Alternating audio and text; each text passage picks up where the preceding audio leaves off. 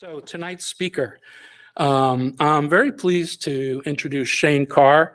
Tonight's talk is about ICU4X, and ICU4X, you're going to hear a lot more about it, but people need internationalization libraries on small devices, whether they're smart watches or other things. They need to have limited space, maybe limited computing power. They need modular and small libraries to work on those. At the same time, if you have a popular application and it's hosted on servers, and if you have thousands of servers supporting that application or more, then also memory and hardware resources and CPU resources become critical of this. So you also want modular and not resource-intensive software and libraries to be able to support your internationalization in those environments. Shane is going to talk to us about that. Shane is a software engineer at Google, and he has, I think he was one of the original proposers, and has also spearheaded the development of ICU4X, which is the library that is based on ICU, the original and very successful internationalization library. And he's going to talk to us about his work there and where the ICU4X library is. So with that, please join me in welcoming Shane up to the podium. Thank you. Thank you so much, Tex, for the great introduction. I'm going to switch over to the other slide deck right here.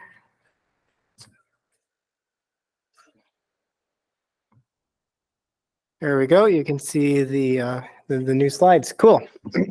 So Tex did a great little introduction there to ICU4X. In this talk, I'm going to go ahead and tell you a little bit more about the problem space, the types of problems that ICU4X is solving, and I'm going to have a large section where I show you some success stories of how ICU4X is playing out in practice. So without further ado, I'm going to just get started and dive right in here. Tex already gave my little introduction, so we can skip over this slide. So the first question is, what is i18n? I always like to have this slide, no matter what my audience is, just to make sure that we're all on the same page here. So i18n is an acronym for internationalization. It's I followed by 18 letters, followed by the letter N, internationalization. What does internationalization mean? It is, the way I like to think about it is a way to automate the localization of various components of an application that we cannot do until the application is actually running on the device. So when you have a translator, for example, that translates the strings of your application, those are usually statically shipped in your app. But in order to do something like formatting a date and a time, or segmenting Japanese text, those are things that you have to do like on the spot, and that's what internationalization fits in here. So these are some examples here. These are all the same date shown here on the left, rendered in different locales and different calendar systems. On the right is the same as one block of Japanese text, but the words in the text might be one or multiple ideographs wide. So these are the types of problems that internationalization libraries like ICU and ICU4X can solve. So I'll give a little bit more of a picture for how exactly the internationalization works from end to end.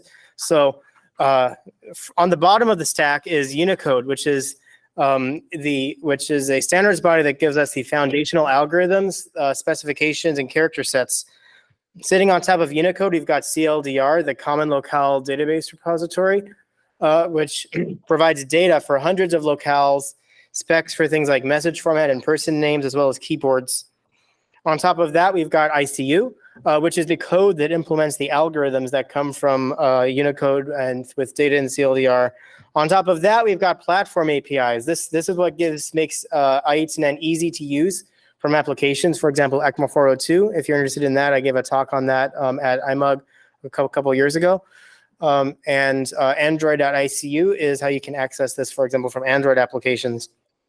And then on the very top, of course, you have your actual application that users can use. Sometimes applications will use ICU directly. Sometimes they can use it through the platform APIs. Cool. So next section is I want to talk about what are some of the challenges with scaling i18n. I'm going to use this word scale a lot in this presentation tonight because that's really what ICU and ICU4X is all about. It's how do you scale to users in many different countries and languages. So this is the first little graph. This is one of my favorite graphs. It's kind of hard to parse, but the way that you can look at it is this is basically a three-dimensional graph. So the x-axis is locales, the y-axis is coverage, the z-axis, which is coming out toward you, is sort of like a mountain. You can see the different layers of the mountain. That is the CLDR release number. At every single CLDR release number, this is, again, the Common Locale Data Repository, which I showed in the previous slide, gets more and more data every release. And as CLDR adds more locales, and as CLDR adds more features, the amount of data in the CLDR grows and grows and grows. And it grows quadratically because you have two axes now. So the amount of data that we have is very, very big. It's big data that continues to grow. So that's one problem to solve. A second problem to solve is that a lot of applications find that there's diminishing returns when you ship more and more default languages and apps. We would love if every app in the world were shipped in 300, 400, 500, 1,000, 2,000 languages. I would love that. But when you start shipping these languages that are used by fewer and fewer people, spoken by fewer and fewer people, it might increase the app size for the download. And every, there's a belief that, for every, kilobyte you add to your app size, it decreases the number of people who download your app from the App Store because, once you start to increase the app size too much, then the app starts getting slow to download and people just like cancel it. They might not have enough data on their data plan, so that they stop downloading the app. So when apps just grow and grow and grow, that's not good for the app. So this is a little, I actually took real CLDR data here and made this little graph. I assumed that if I add one new language, I decrease the total downloads by 0.25%, which is not a lot. But then I end up getting that there's about, it's like 70-ish languages is sort of, the sweet spot for how many languages can be default. But we would love to ship hundreds or thousands. So that's the second problem we're trying to solve. Third problem we're trying to solve is that different devices have different requirements. So all the way from a smartwatch to a server to a data center, and then like smartphones and laptops, these all have different requirements in terms of how much RAM you can use, how much space you can use, and how you scale. Another point where we need to worry about scale is in programming languages. So every year there's a new big popular programming language. I just picked like a sampling here of like, what are there, 10, I think there's 10 languages on this graph that I just, picked. This is from the PYPL, like language popularity index. And it sort of shows like over time, like there's some languages that sort of, are very long and popular for a very long time, like Java and JavaScript. There's languages that have been gaining in popularity, like Python, over a long period of time. And then there's languages that kind of come out of nowhere, like Swift and Go and Rust, right? So all these languages, like, when we're trying to build an internationalization library, like we have to think about, how are people going to use us when they're writing an app in Dart, for example, which is the language used by Flutter, right? A lot of people use that. So how are we going to scale to programming languages, not just human languages, but also programming languages? A fifth point for how scale is challenging is because, well, a lot of people are like, well, if you need to scale, just make it as a service, i18n as a service. A lot of people, make the suggestion like, can we just do i18n as a service? It doesn't really work, doesn't really make a lot of sense. The reason it doesn't make sense is because when you're doing internationalization, you have really, really tight latency requirements because you're usually running in the UI layer of your application. You don't want to be making server calls all the time to a service. A second is because a lot of these algorithms are very data heavy, which means that they require large payloads going back and forth to the server, for example, to segment text. The third is privacy implications. A lot of times, you need to run these algorithms on device because if you send out your data to the server, like that's like privacy problems, right? So, like for example, if you have this block of text, like you don't want to send this text out like, could be, megabytes of text to like a service, have it segmented, have it sent back to you. And you're going to have all three of these problems. So i18n as a service just doesn't make a lot of sense. So what's the wish list for if you were to build a scalable i18n library? These are all the things that you might want. You want to pay for what you use and not for what you don't use. That's the CLDR graph, if you remember that from a few slides ago. You only want to pay for the part of that graph that you actually need for your application. The second is you want to be able to add more locales on demand in order to solve that sort of graph of diminishing returns. You want to run on all types of devices. You want to work on both today's and tomorrow's programming languages. And you also want to run everything on device. So these are all the wish lists for what we wish we could have out of an internationalization library. So I bet you all know what's going to be on the next slide. Enter IC4X. So what is IC4X? IC4X is an internationalization library with that has three main qualities that we like to talk about. It's portable. When I say portable, it means it runs on all types of devices and it runs in many programming languages. The second is it's lightweight. When I say lightweight, I mean that we have compile time, dead code elimination, and data slicing. So this means that whenever you build your app with IC4X, we can tell at build time exactly what features you're using and therefore exactly what data you need. And we can do all of that before you even ship your app out to clients. The third is secure. IC4X is written in Rust. It's a memory-safe language. It runs on low-power devices and is really great for using also across foreign functional interface into many other programming languages. So who are we? Who is the IC4X team? We are part of Unicode. We're a subcommittee in Unicode called the IC4X subcommittee. There are three main industry partners who have been contributing a lot to the IC4X effort. I work at Google. Mozilla and Amazon have also made major contributions to the effort in various different ways over the last 3 years that we've been working on this together. So on this slide here, I have a little animation of IC4X running in WebAssembly. So WebAssembly is a way to run applications in your browser. We can actually take our Rust, compile it into WebAssembly, and this is all running on device. There's no server calls being made here at all. Everything is running right here. So this is number formatting. I'm going to type a little number into this box. You can see it being formatted. I can change the locale. It's using Bengali digits now. Date time formatting. I can change the size of the formatting. I can change the calendar that we're using for the formatting. And then here's segmenter. I showed you a little about that earlier. We can pick words that are different to different lengths and different widths. This is also a slide where I'm going to give a little shout out to some of the people in the room. Andrew is working on the datetime formatting this summer. He's working on adding additional calendars. So if you look in the drop-down menu, we have several in this screenshot, but by the end of the summer, we'll almost double the size of that list thanks to the work that Andrew's doing.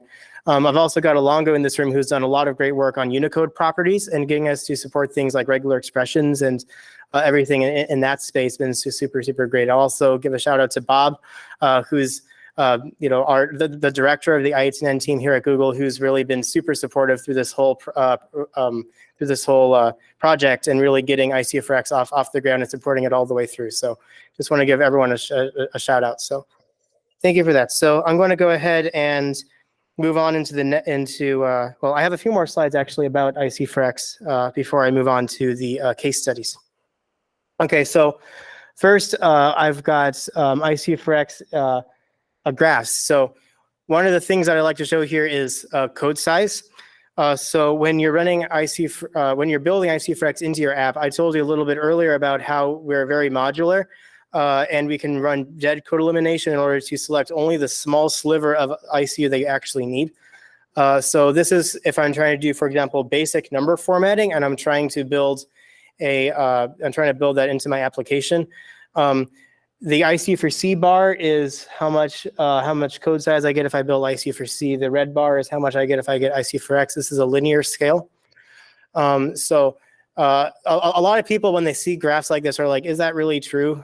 So I can tell you a little bit about what's inside the blue bar here. IC4C ships a lot of locale canonicalization as part of its default library. It also ships a lot of Unicode string handling as part of, no matter what type of application you get, it'll ship those components. In addition to that, it's not written in a way that is amenable to dead code elimination. For example, it will ship code for measurement units and currencies, even if you're only using simple number formats. So that's a little bit about where these numbers come from. And I did actually, before I made this graph, I actually did spend like almost a week working on ICU4C to see how low I could get this number in order to make it a fair comparison. So I managed to get this number down from like 1,200 down to 800 by doing a little bit of working in ICU4C to get some of the low-hanging fruit. But there'd be no way that we could get all the way down to where ICU4X is. So that's that graph. The next graph here is the same component, but this is performance. So the same sort of thing going on here, where ICU4C is fast, but ICU4X is faster. And also ICU4X has been getting faster too as we've done additional work on it over the different versions. ICU4X 1.0, our first stable release came out last September. ICU4X 1.2 came out last April of this year. So we continue to make improvements even upon that. And then this third graph is segmenter. So this is word break performance on the top for non-complex and on the bottom for complex languages and scripts. So yeah, ICU4X gives us wins over what ICU4C is able to achieve. Cool. Okay, now the sort of second half of my talk, I'm going to go over some success stories for ICU4X. So you can actually see it in action. So the first client I'm going to talk about is CanvasKit. So what is CanvasKit? It's a web and native library for 2D rendering. One of the places where it's used is in Flutter, which is a cross-platform application framework by Google. So this little graph, this little animation on the right is sort of just showing what CanvasKit does. It basically takes all this text, the colored emojis and all that, and then lays it out in a 2D space. So it needs ICU in order to like do the segmentation and figure out the Unicode properties for the emojis and all those types of things. So that's what CanvasKit does. So what I did was I took the actual CanvasKit WASM file. The team reached out and said, "Hey, our file is so big because it has to do all the internationalization stuff. Like, can you help us?" Right. So I actually looked at their WASM file, and about 20% of it was ICU. Like out of the whole CanvasKit, which does like graphical like rendering, like it's like a 2D graphics interface. It does a lot of stuff, and like 20% of all of that was just the internationalization component. So very, very big. So what we did was we looked, and a very large fraction of that was what they were using for line break.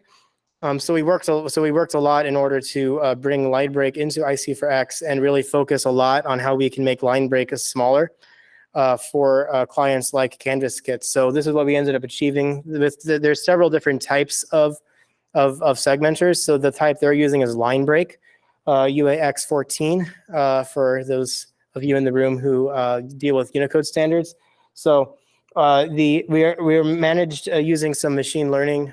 Instead of shipping the whole dictionary, we're able to use a machine learning model that's much smaller and get the size of that component of CanvasKit down from what's that, about 700 kilobytes down to like 200 kilobytes uncompressed. So we're able to get some really good numbers to CanvasKit. They're currently they have it all set up in their build system now, and should be shipping out the CanvasKit with ICU4X pretty soon to actual real users and clients. So that's the first client I'll talk about. The second client, the second use case I'll talk about today is Pixel Watch. So if you haven't seen it, it's a really cool smartwatch. I love how it's round, and I love the interface of the Pixel Watch. The Pixel Watch has both a full power mode as well as a low power mode called the ambient mode that's used for like saving battery. Like if you're not like actively using your smartwatch, you want it to have good battery life. So in order for that to work, it has to run in a very low power environment. And ICU4Z was not working for them. So this is another team that we're able to work with in order to integrate with them. So this is the part where I'm actually gonna go ahead and turn it over. Well, thank you, and hello everyone. So my name is Tyler. And this is Tyler from the Pixel Watch team, who's going to tell us a little bit more about his experience. I'm a software engineer here at Google, and I work within the wearables org.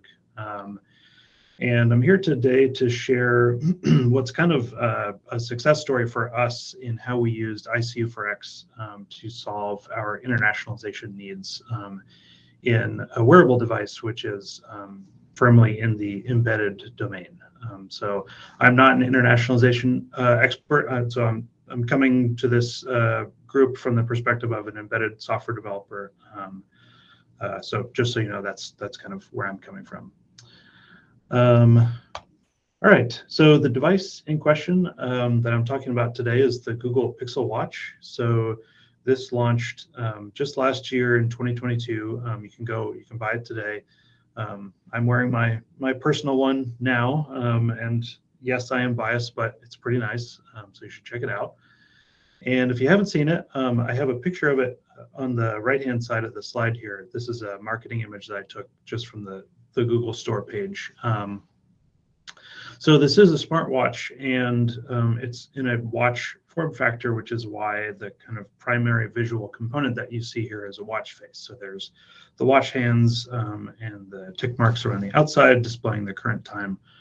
However, there's also some extra information that's being displayed here, and coming from the mechanical watch domain, you actually see this in mechanical watches too, where you have the primary concern being telling the time, but you also have these little extra bits of information, which are generally called complications.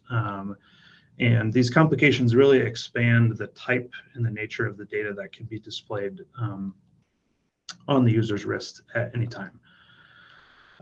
So there's a calendar here that you can see that there's weather and looks like some type of world clock. And on the bottom there is an example of one of the fitness metrics that's available, which here is a step counter. So it's saying this user who took the photo has walked about 7,500 steps. So as engineers, when we're thinking of developing software for this device, really one of the most, or if not the most important constraint that we have to keep in mind is battery life. This is probably fairly obvious because as the user, as the wearer of the watch, one of the things you care most about is how long is this battery going to last me? And so this constraint really features prominently in all of our engineering decision making that happens with this device. So one of the ways that the Pixel Watch strives to extend the battery life is through something that we call offloading. So on the watch, it actually ships with two different processors. So there's one kind of normal high-powered processor, and this runs Android. Actually runs Wear OS, which is a specific flavor of Android made for wearable devices, but in the end, it is Android. And this is a fairly typical operating system environment where we have full access to things like ICU4J and HarfBuzz for shaping, different ways to develop applications and display graphics and so on. But within the same physical package, there's also a lower powered microcontroller. And what Android is able to do with this architecture is offload some types of tasks from that high power domain onto the lower power MCU. And again, the primary motivation here is battery life. So some examples of things that that might include are sensor monitoring. There are a couple of different machine learning models that are running essentially continuously on the MCU in a low power mode. And then more specifically to this talk, there's also some types of graphics that the MCU is capable of displaying onto the screen instead of using the higher powered processor. So the goal here is to enable the watch to have more functionality that's always on and always visible to the user without sacrificing battery life. So coming back to to the context of this talk, the device is intended to be available for a global audience. And what that means is when we're displaying textual data, like some of the data that we saw on the previous slide, we really kind of can't not have proper internationalization support in this offloaded environment. And then kind of crucially, we need this to work in addition to the actual rendering of the graphics and the continuous machine learning models and so on. So the question we faced was, how can we achieve proper internationalization support on this fairly low resource MCU? And I think it should be no surprise, given the context of this talk, that this is where ICU4X comes in for us.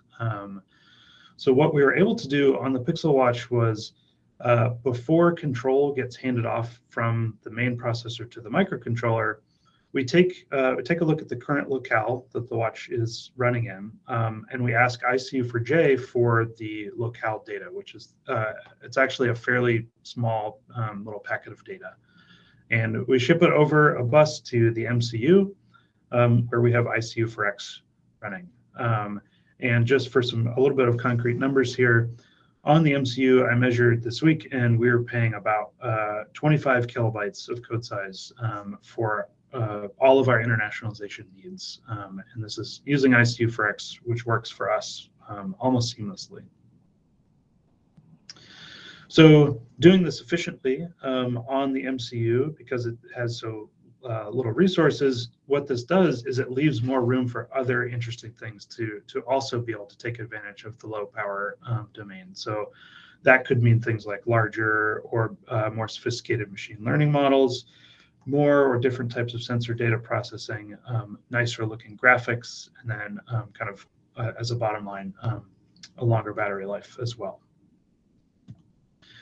So if you're not used to kind of thinking about what the embedded software development environment looks like, I've highlighted two, what I think are two big categories of challenges that we face, at least with the Pixel Watch. So one, the MCU has very little RAM, which means we don't have the luxury of shipping really large prepackaged blobs of data. And it also means we don't have the luxury of being able to ship really large libraries in terms of code size. All of these resources are being shared by other tasks. And so we need a fairly precise approach for internationalization. On the runtime environment, so it is a microcontroller. There's nothing even close to a JVM available. And then this surprises some people when I mention this, but there's also almost zero use of dynamic or heap memory allocations.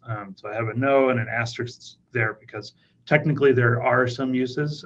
It's just every use that we add that pulls in malloc or free or any other type of dynamic memory allocator, we take a very close look at it to see if there are any alternatives.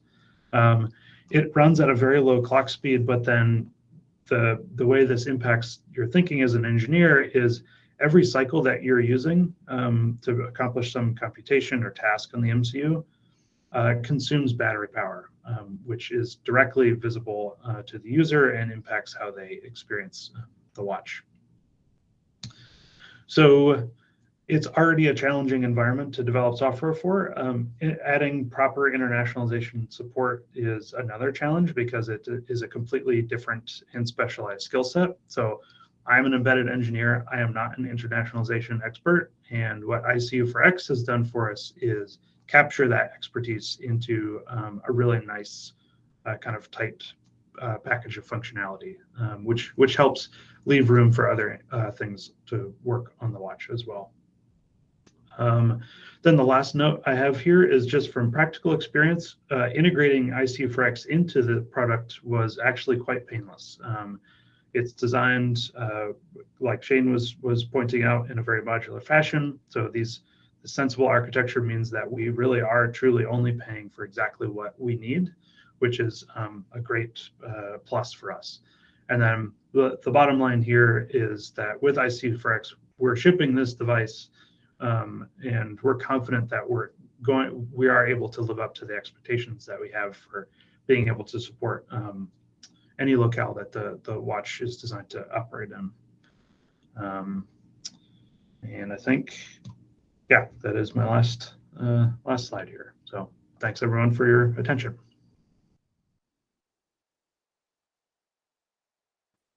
Cool.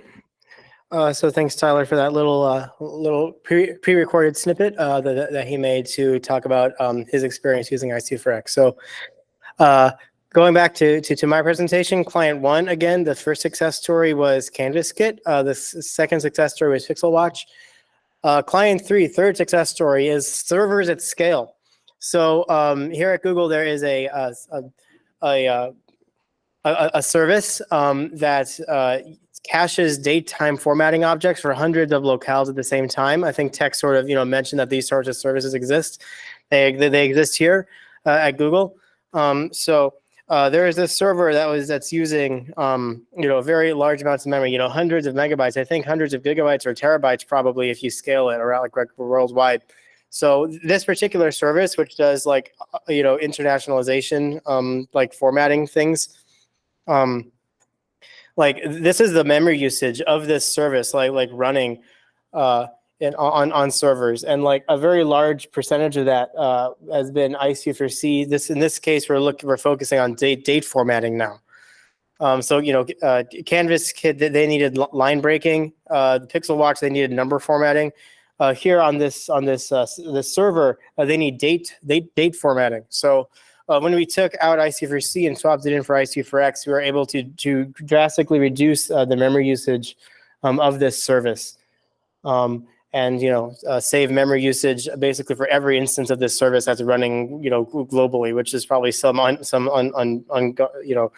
very, very large number. So that's quite exciting. So ICU4X is delivering results both for WebAssembly clients and for low resource devices and for high resource server environments. So runs everywhere. I think it's really exciting because that's really a testament to how ICU4X is extremely portable. It's not just focused on low resource devices, although that's one of the main things that we've sort of built it for, because it's harder to run there than it is anywhere else. But the learnings that we've had from low resource devices have really scaled extremely well to other environments as well. So there's other clients in the pipeline. If I come back and give a similar talk again in 6 months, I'll probably be able to have some more slides. Firefox, the browser, is working on getting the segmentation integrated into the Gecko layout engine, as well as into the SpiderMonkey JavaScript engine. I'm excited to see that land. Dart Insel is another component of Flutter. So CanvasKit is a component of Flutter. Dart Insel is another component of Flutter that we're hoping to land ICU4X so that you can use it more widely in your apps that you build with Flutter. So that'll be super exciting. And we're also working with first-party apps here at Google, and I think other companies are as well, in order to ship ICU4X as part of the app. So those are some of the other things that'll be coming up soon. So call to action for everyone who's watching here in the room.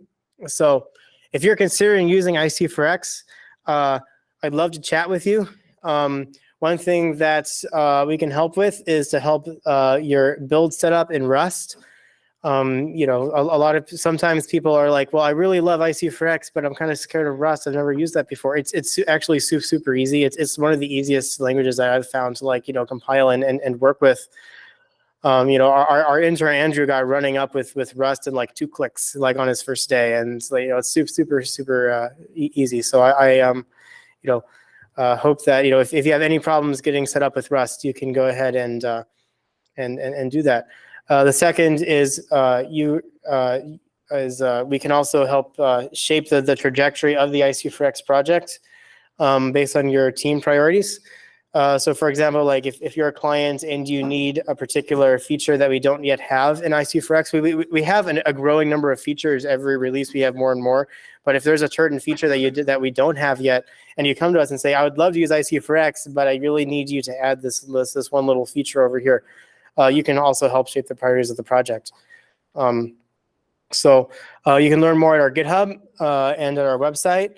And I also highly encourage you to subscribe to our mailing list. I didn't verify that this QR code works. I should have verified that. But if anyone scans it and can tell me whether or not it works, it should give you a link to a mailing list page you can sign up for. I'm getting a thumbs up that it's working. So thanks for that. Cool. So I think there's only been like 2 or 3 emails ever sent to this mailing list, so it's super low traffic. So it'll be very whenever something does come to this mailing list, it'll be super important. So this is also my contact information here, my email, my Twitter, and my LinkedIn.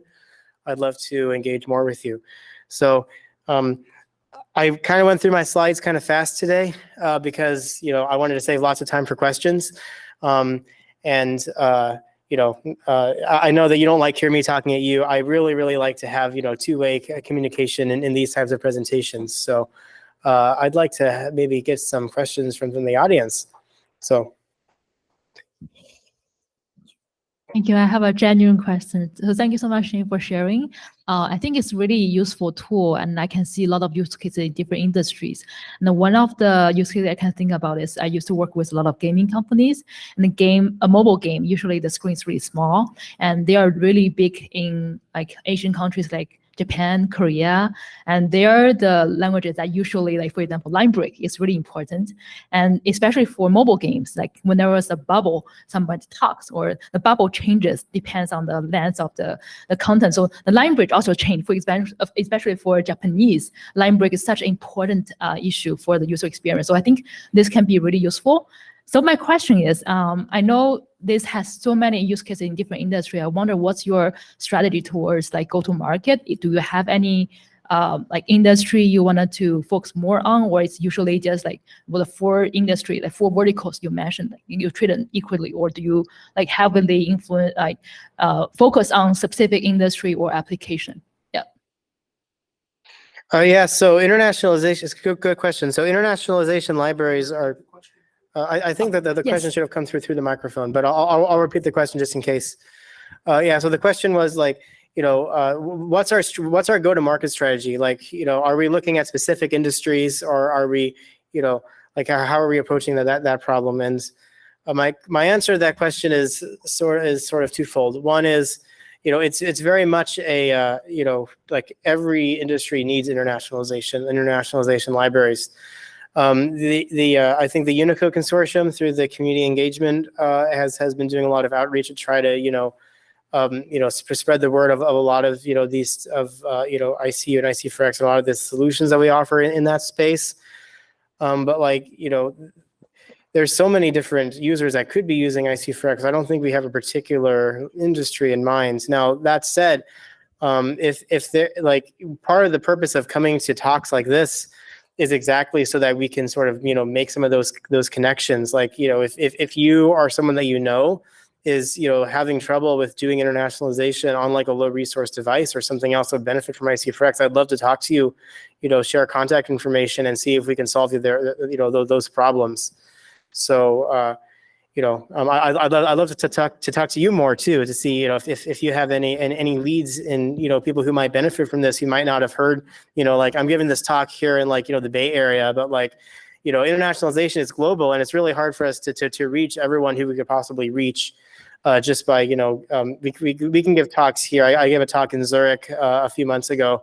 So like, and we also gave an online talk through the Unicode consortium. So like we've done some outreach, but any more way that we can reach more users is really important. So yeah, thank you. Shane, thanks for the nice talk. I was curious actually, as you talk about scaling, again, 2 questions related to that. One, that why did you pick Rust? And I had given you a fair warning. I'd love to understand a bit more versus some of the other languages such as Go, right? Or even other browser-based languages like JavaScript.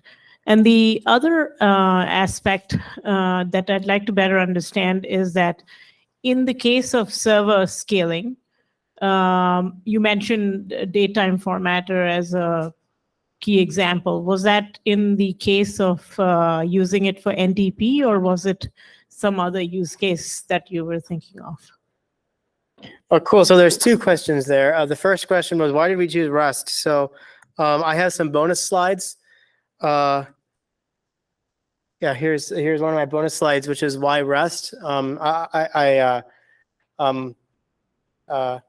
I actually promised this question was not seated. Actually, I already had this slide ready, and then Alita came in today and said, "Oh, I might ask you about why Rust." So I already have the slide ready. So no other programming language did everything that we needed, as well as Rust. So one use case here is embedded systems. Where we have to have a language that can run with no runtime. So Go and many many languages you can write in require like a runtime, and that's not really an option for embedded devices. The second is the WASM tooling, helps us deploy more to JavaScript and other languages that run on the web platform. Reason number 3 is memory safety versus a language like C or C++. Number 4 is performance. Rust, has a very good track record of, having performing very well on benchmarks that compare, how fast is this program written in language A with language B. Rust is very consistently a top performer in terms of just the language itself.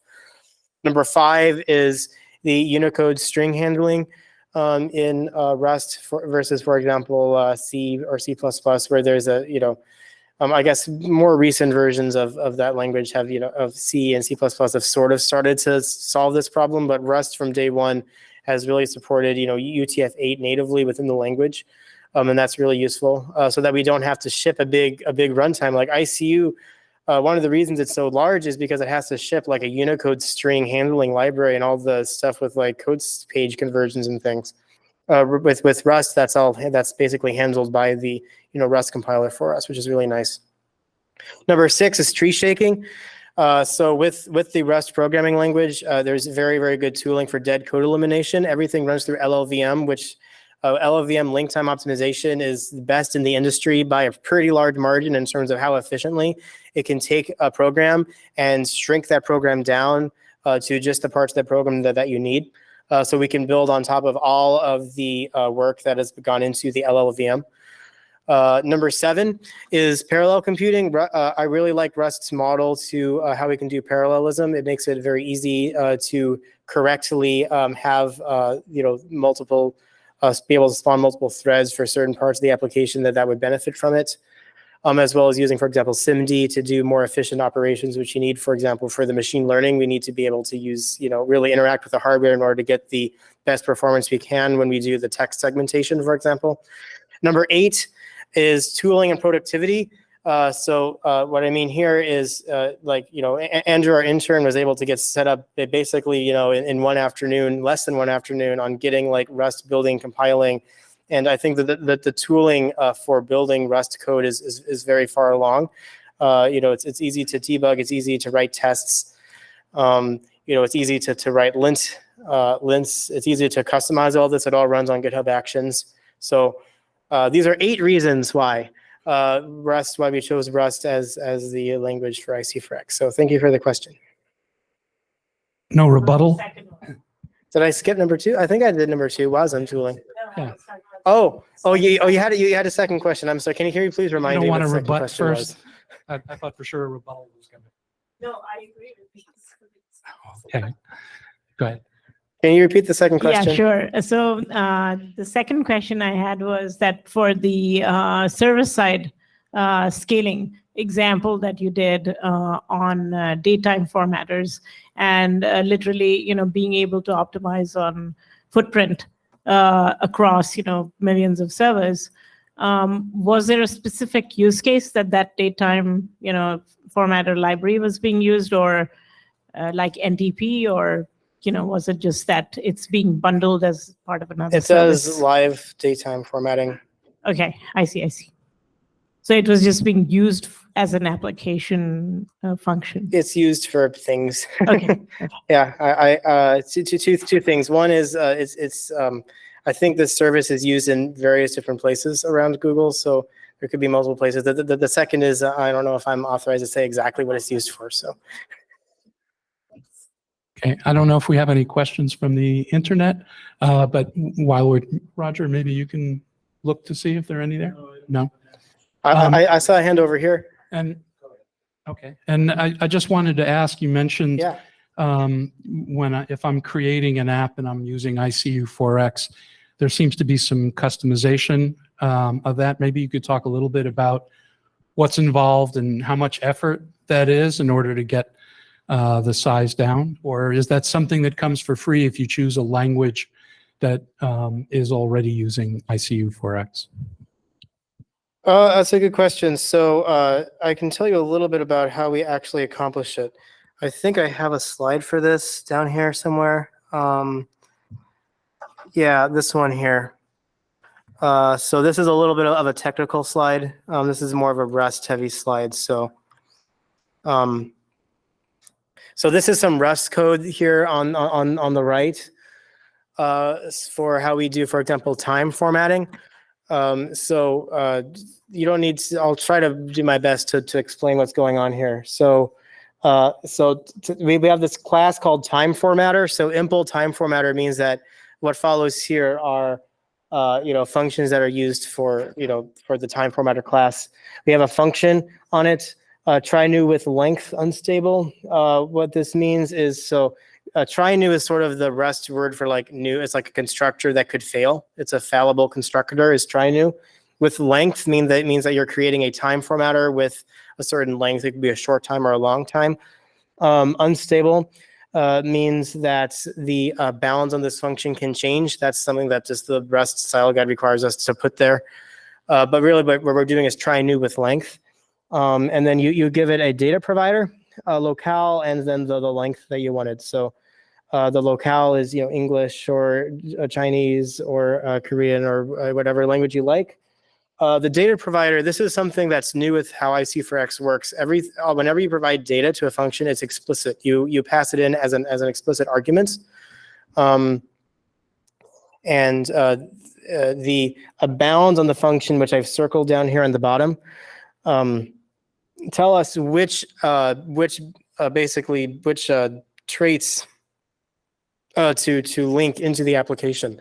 So from the data provider, the data provider argument might support hundreds of different pieces of data, but we only need these 3 for time formatting, which means that when we build this into your application, we're only linking those 3 parts of the data provider. We're not linking the other 100 or 200 that might be there. Yeah, this is like the most complicated snippet I could have shown you, but it really illustrates all the different parts of how ICU4X works from an actual technical perspective. So this is like something that like a software engineer might like interact with. They might see the signature. If you're like trying to decide if ICU4X is right for your project, you don't have to look at this, but this is how like an actual software engineer interact with it. But the moral of the story is that if you just use ICU4X the way that you're supposed to use it, like if you just, make an application and start calling functions, like this will all work automatically for you. As long as you build your application with, link time optimization, especially as part of your normal build process, like you will get these benefits. There's very little additional work that you need to do in order to achieve that code size. And that's been a big part of, like how can we actually build that infrastructure in order for it to make that work? But if I understand correctly, your developer has to specify all of the... No, this is specified by ICU4X. Every function is annotated. Every function that we export is annotated already. So as a developer, I just call the function and this information is provided somewhere behind the scenes? As a developer, you just call the function, and then when you build your program, when you're building your program, it will see all your compiler will see the annotations and link in the correct code that it needs to link. Okay. All right. So there's no change to the build process then either. It's just all going to work. That's the idea. It should just it should just work on your first try, especially with ICU4X 1.3. Right now we're 1.2. We're working on a thing in 1.3 that makes it even easier. Like a lot of these bounds are going to go away because we actually have what we're calling a global data provider that will also have these bounds sort of built into it. So there'll be even less work than there is now. So okay.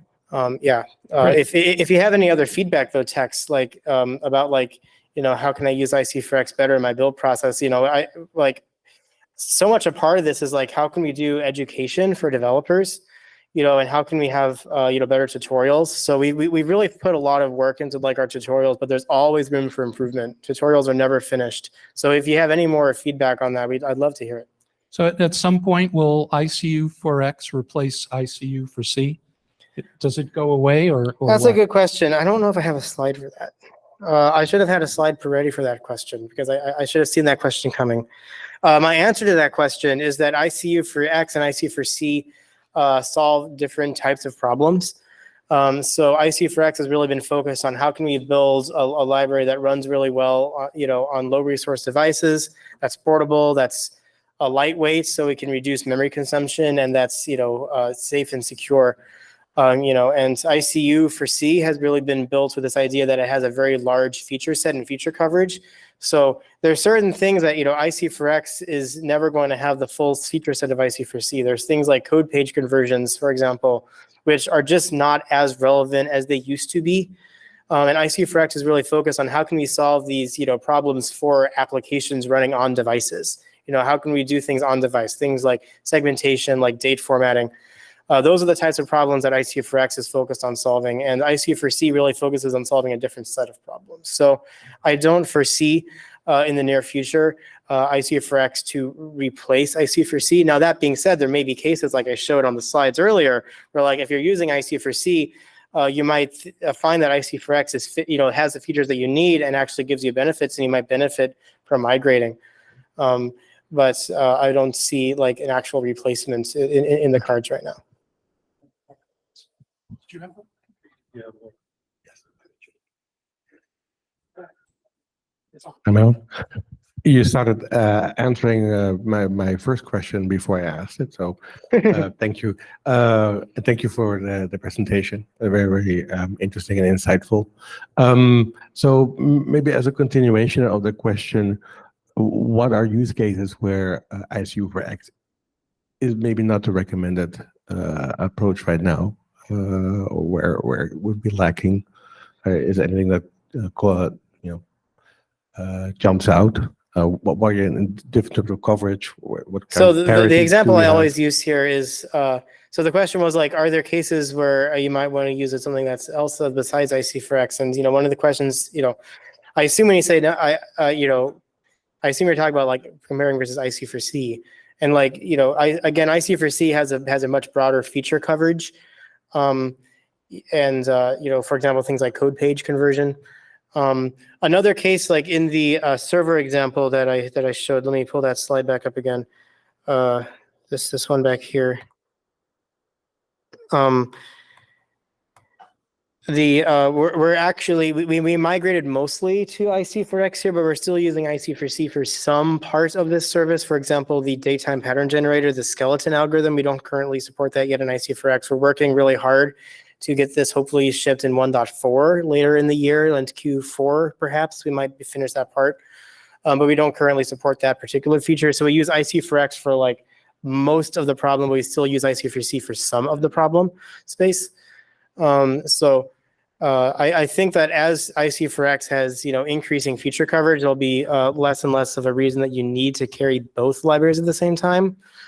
But I mean, it's certainly our goal that like ICU4X can meet your use cases. So if there's a use case where it seems like ICU4X is not quite fitting the puzzle, again, I'd love to talk to you more about that. I had a question around the use of machine learning. So you mentioned that you're starting to use that to do text segmentation. And so I was wondering, I think you said that the reason was to ship less data on the device. Can you comment on like the quality of using machine learning versus the old algorithm? And yeah, that's a great question. Do I have a slide for that? I don't think I have a slide for that. I do have that actually in the docs. I'll go ahead and actually show you the docs for this. So this is if you go to our website, ICU4X.unicode.org, this is where you'll get. And if I go and scroll to the segmenter component, which is right here. Oh, I'm sorry. I need to share the other tab. Sorry, this is where you go if you go to ICU4X.unicode.org, and then if you scroll down to the segmenter component, you'll get something like this. And this shows you how to do the types of breaks with different components. So if I go to word segmenter, it shows you, for example, the behavior in the different scripts. So for example, this is if I make if I do an auto, so this will be using the LSTM, the machine learning model, and it shows me where the breaks occur for the Thai and the Japanese. And then if I force it to use dictionary, then these are the results here, which I believe are the same. We have a test that we run to sort of compare, like, where the dictionary and the machine learning differ in their performance, in terms of accuracy. We found actually that the LSTM gives very high accuracy. In some cases, it actually exceeds the accuracy of the dictionary if it's trained on better data. In order to scale, so for example, for Thai, in the Thai language, there's a really great data set published by the Thai Royal Library that has a very large amount of text that's already been segmented for us, and we can actually train an ML model on that. And we can actually get performance that exceeds the performance of what the dictionary would do on that same data, which is really cool. For languages where we don't have the luxury of having like a pre-trained data set, what we do is we use the dictionary to create the training data that we then train the machine learning model on. So, in that case, it's unlikely that we can exceed the accuracy of the dictionary, but we still get, in the high 90s of the F1 score. So if you're interested in learning more about the ML model, there's this LSTM word segmentation, share this tab. So there's this other page here that explains more about the LSTM model. This was made by another intern that we had a couple summers ago named Sahand, who did a lot of work on this, and this is still ongoing work. And there's this graph down at the bottom that compares the accuracy of the different algorithms here. So yeah, the F1 score is sort of the thing that we can, really use to compare. So, ICU dictionary is getting, like, on this particular metric is getting like 86.4. So the LSTM model 5, which is the one that we use, actually, no, we use LSTM model 4 in ICU4X, is, like, in this case, exceeding the F1 score relative to ICU. So,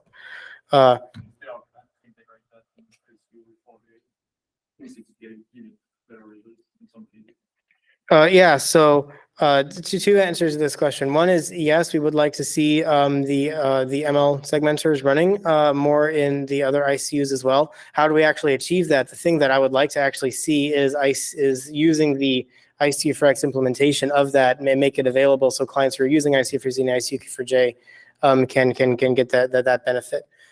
You can actually, I think, go at least for the Thai model, use in ICU4C. You can currently, there's also a C++ implementation of the LSTM that you can opt into in the build settings of ICU4C if you'd like to do that. But again, this talks about ICU4X. Like, you can use it that you don't, like, the idea is that you won't need to use it in ICU4X, you use ICU4X to solve the problem for you. So, but yeah. So Shane, have you, first of all, a follow-up on this? Have you started to look at the LLVM models yet for ICU4X? Because I think that you can actually extend and train for a lot more languages and family of languages, especially with the large language models. And also at the same time, look at some serious performance on device, right? So is that something on the roadmap for the project? Yeah, so exploring other types of ML models like, transformers, for example, which are, popularized by LLMs. That's been in the news a lot the last, couple of quarters. Certainly a very exciting area. We have one person on our team in Zurich who's looking into, are there ways that we can, extend our ML models to be, use a lot of these latest advances in, in natural language machine learning. It's also an area where, like, if you or someone is like really passionate about this and improving these segmentation models, we'd love to talk to them, because I think there's still a lot of room for improvement here, and it is definitely on the roadmap. To answer your question, the answer is yes, it is on the roadmap to use transformers and other types of models to continue to evolve these things. But again, it's not just like how accurate can you get. It's also like, what kind of size. So like on this particular screenshot, the deep cut algorithm down here on the bottom is getting the highest F1 score, but this model is like 30 megabytes big, right? And you've read about how big the LLM models are. They're very accurate, but they're also very, very big. So they're not necessarily the types of algorithms that we're looking for running high performance segmentation on device. Cool. And just to follow up on that, is there a roadmap posted for the project on GitHub? I love these because questions. I'd love to, how would people get involved in specific features if they were interested? Yeah, so the best way to get involved is if you come to this is our GitHub page. If you come to our GitHub page and you go to discussions, this is sort of like our general discussion list. Like people post questions here all the time. And this is a great way to get in contact with the team. You can also, if you want to see what's coming up, if you go to, everything we do is public on GitHub. So if you go to milestones, 1.3 is the next release. I have it set due on July 7th. It'll probably come out a little bit later in July. But if you come in here, you can see the issues that we're working on for the 1.3 release. So these are the things I will be shipping in the 1.3 milestone. So these are some of the things coming up. We're doing a lot of work with time zones. We're doing a lot of work with the data generation. We're also going hard on getting the case mapping components stabilized. So that'll be another feature that's coming up in 1.3. Of course, calendars. That's what Andrew's working on. Yeah, these are some of the types of things that you can hopefully see soon in 1.3 release. And the 1.4 release is not very well populated yet, but here's a few things that are probably coming up in the 1.4 release, which will be like Q4. Yeah, so that's sort of the place where you can, the most up-to-date place where you can get answers to that question.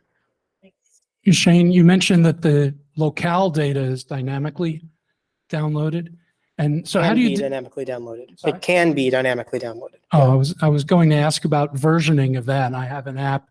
I've tested it with a set of locale data, and then time zones or other data is updated in CLDR. Do I have control of that so that my application doesn't change until I'm ready to, or maybe I do want it to just update dynamically, continuously? Yeah, so the part of making the data provider an explicit argument for all of our features is so that you can have very much control over the life cycle of your data, because that's something we've heard a lot from ICU4C clients, where they're not ICU4C gives you very little control over the life cycle of your data. ICU4X gives you like complete control over the life cycle of your data. In some cases, it gives you too much control. That's one of the things we're working on in 1.3 is to make it a little bit easier. So if you do want a little bit more of a black box for how your data is handled, ICU4X 1.3 will have that for you. But like if you want to load your data only on app startup, you can just set up your data provider to only load your data on app startup. It's totally up to you. We give the developer basically full power over that. Okay, great. Any more questions? Okay, well then please join me in thanking Shane for his talk and all the wonderful information about ICU4X. Oh, I heard maybe a question come up on the, oh, that was a clapping sound. Cool. Wasn't sure that was a question or clapping sound. Cool. I'm going to put this slide back up at the end. Thanks everyone also for tuning in remotely. Let me share this tab. So this again is the call for action. Join our announcement mailing list. Come to our GitHub page. Get in contact. We'd love to learn more about how we can get ICU4X into your applications. So thank you. And thank you again, Tex and IMUG for hosting hosting us here to give this talk. So great. Thanks again, Shane.